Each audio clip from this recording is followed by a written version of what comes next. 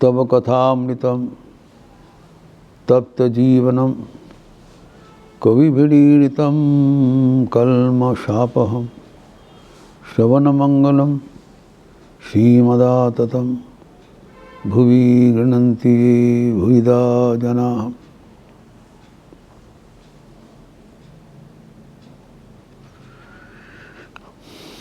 विभिन्न प्रकार का तपस्या का बात चल रहा है,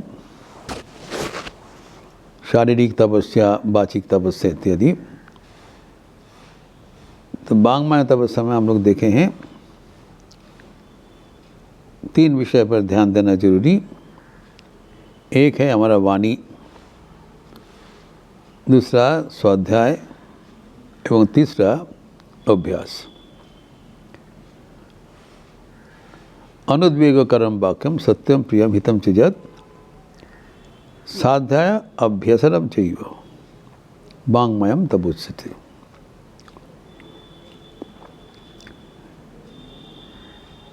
वाणी सत्य होना चाहिए, प्रिय होना चाहिए, अहितकर नहीं होना चाहिए। माँ ब्रुआत् सत्यम अप्रियम इत्यादि हम लोग विस्तृत चर्चा कर चुके हैं। एवं हम देखें शब्द ब्रह्म है, शब्द का ठीक ठीक प्रयोग होने से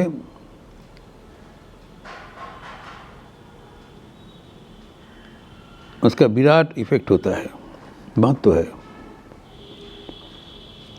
एक शब्द से किसी के मन में इतना आघात पहुंच जाएगा और एक शब्द से किसी के मन इतना आनंद होगा, कारण शब्द ब्रह्म है। वैसे ही बताया स्वाध्याय, शास्त्र चर्चा होना चाहिए।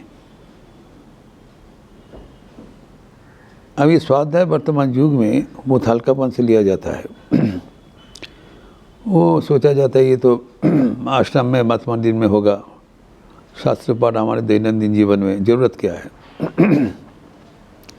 लेकिन ये जो डिसिप्लिन बताया ये सिर्फ साधु ब्रह्मचारी के लिए नहीं है, सबके लिए प्रযোज्य है। इसलिए पतंजलि ये एक एक डिसिप्लिन का क्या लाभ होगा, फायदा क्या है वो बताया। समाधिपाद में द्वितीय अध्याय 43 श्लोका जो एफोरिज्म है बताया, स्वाध्यायात इष्ट दर्शन संभव हो जाएगा। अर्थात स्वाध्याय ठीक ठाक होने से इष्ट लाभ हो जाता है, इष्ट के साथ संयुक्त हो जाते हैं। इष्ट देवता संप्रोयगः, इष्ट देवता के साथ उनको संयुक्त हो जाता है, इष्ट देवता प्रकट हो जाते हैं। किसी स्वाध्याय से ऐसे तो उपनिषद कहते हैं स्वाध्याय प्रवचनाभ्याम मां प्रमोदितव्यम, कभी इसमें आलस्य नहीं रहना चाहिए। स्वामी विवेकानंद भी बारंबार बोला करते थे कि विद्या चर्चार अभावे संघो हीन दशा प्राप्त है।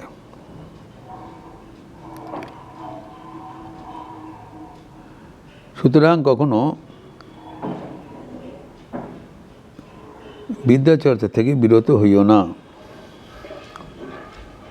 Due to lack of study and teaching, lack of learning, degradation starts. अतएव हमारे curve of learning should be ever bright. एवं स्वाध्याय होने से क्या होता है, इष्ट देवता संप्रोयगः, इवन जो हमारे चोजन आइडियल है वो प्रकट हो जाते हैं। जो चोजन आइडियल है, हमारे जो इष्ट देवता है, वो तो सूक्ष्म रूप से रहते हैं मन में, और उसको हम लोग ध्यान जप कीर्तन करते करते उनको कृपा लाभ से उनको प्रकट होता है।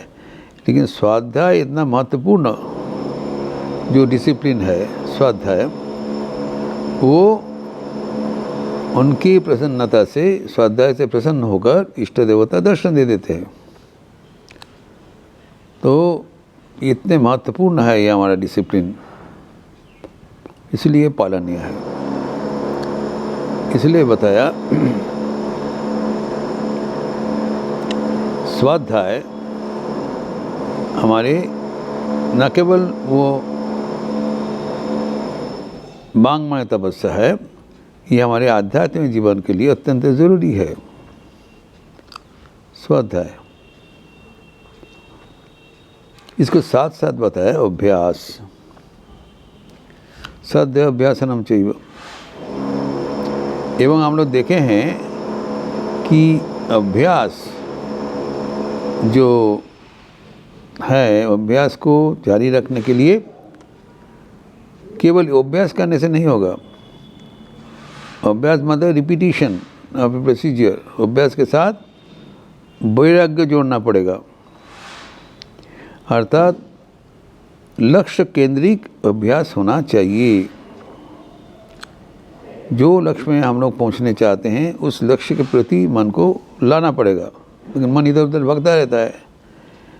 तो मन को एक केंद्र में लाने के लिए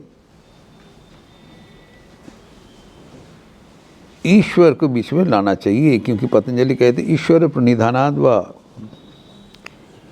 जब तुम ऐसी फेल मरी जाओगे, तुम्हारा जो मन इधर उधर भटकते रहेंगे, वो विक्षिप्त मन को लक्ष्य में लाने के लिए महौषध है ईश्वर का प्रणिधान। पतंजलि बताया ईश्वर प्रणिधानाद वा, हम लोग चर्चा कर चुके हैं। जब हम कोई भी नाम रिपीट करते हैं उसमें तो मन शांत हो जाएगा, लेकिन मन साफ नहीं होगा। मन का दो बीमारियां हैं, मन अशांत है एवं मन मलिन है, नाना प्रकार कामना वासना से युक्त हुए है। तो कोई भी नाम दोहराने से मन शांत हो जाएगा, बट इज मैकेनिकल प्रोसेस, लेकिन शुद्ध नहीं होगा। अगर ईश्वर का नाम दोहराया जाए तब मन शांत भी होगा, शुद्ध भी होगा, 2 in 1।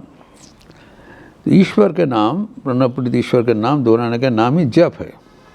इसलिए बताया श्री माँ शारदा देवी जपात सिद्धि ही। हमारे आध्यात्मिक जीवन में जितने साधना है उसमें से जप सबसे श्रेष्ठ साधन है, क्योंकि कोई भी जप कर सकते हैं, बाकी सब करना सबके लिए बस में नहीं है। कोई भी मैकेनिकली बैठ के भगवान का नाम ले, पहले भगवान का नाम मैकेनिकली लेते रहते उसमें मन संजोग हो जाएगा, कारण नाम का इतना महत्व है, भगवान का नाम। और यहाँ पर पतंजलि कहते हैं 244 समाधि सिद्धि ईश्वर प्रणिधानात्। ईश्वर का प्रणिधान से, ईश्वर का नाम जप करने से समाधि तक हो जाता है,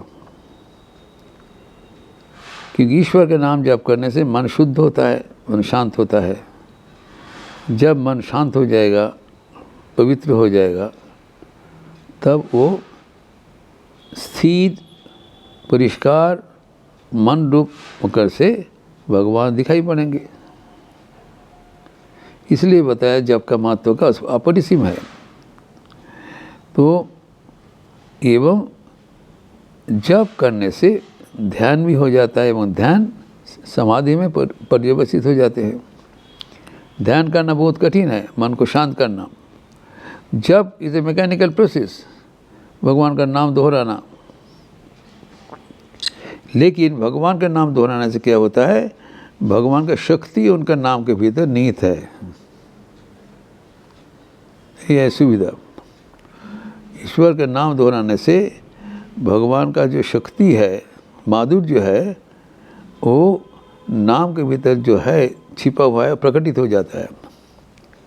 ये कहा जाता है नाम भजो नाम चिंत नाम करो सार, नामेन महिमा जनो अपूर्व अपार। वो कोई पार नहीं है नाम का महिमा। नाम जप करते रहो, रिपीट करते रहो, भजन करते रहो, कीर्तन करते रहो। इसलिए चैतन्य देव नाम संकीर्तन का प्रचार किया। हरे नामैव नामैव नामैव केवलम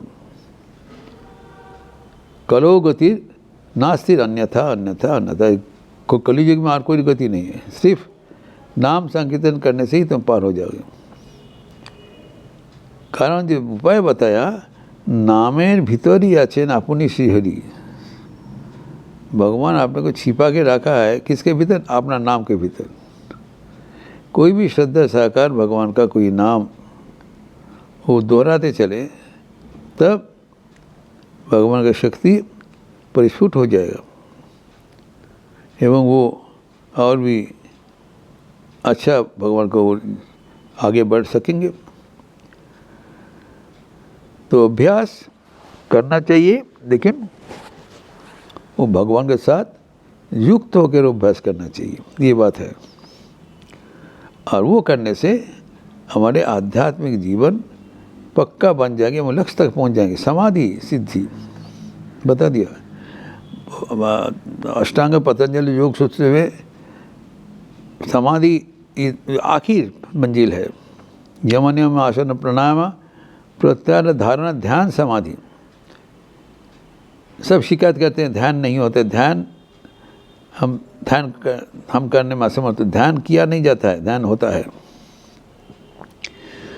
भगवान का नाम स्मरण करते हुए जब मन को शांत अवस्था का नाम ही ध्यान है। खिंचता नहीं करके तो मन को शांत नहीं कर पाओगे ना। तो मन को जो जैसे है छोड़ दीजिए, भगवान के नाम के साथ मन को युक्त कर दीजिए। भगवान के नाम के भीतर इतना माधुर्य है, वो हम नहीं भी जानते हैं, तब उनको दोहराने से वो जो माधुर्य धीरे धीरे उसका प्रकट हो जाता है और वो माधुर्य से हमारा मन भरपूर हो जाता है।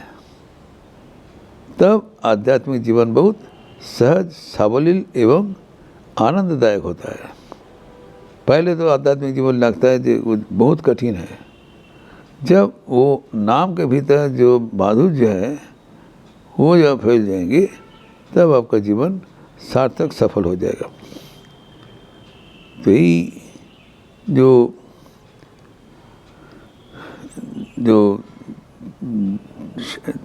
वाचिक तपस्या बोला है, इससे ये प्रसंग समापन होता है कि ये हमारे लिए अत्यंत फ़ायदेमंद है एवं इसको हल्कापन से ना लेगा। अगर seriously you can do, then ये हमारे आध्यात्मिक जीवन अत्यंत लाभदायी होगी।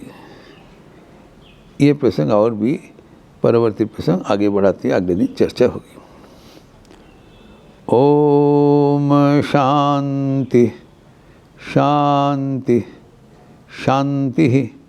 हरि ओम तत्सत। श्री रामकृष्णार्पणमस्तु। आज पावन अवसर है रामकृष्ण मठ एवं रामकृष्ण मिशन के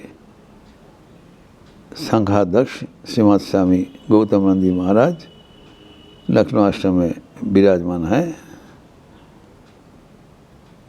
और उनकी जो प्रणाम सब भक्तगण को शाम को संध्यारती के उपरांत पुराना मंदिर में होगा लगभग 7 बजे। और शुक्रवार होने के नाते शारदा संघ का क्लास भी है पुराने मंदिर में, तो 10:30 बजे से माँ की मधुस्मृतियाँ।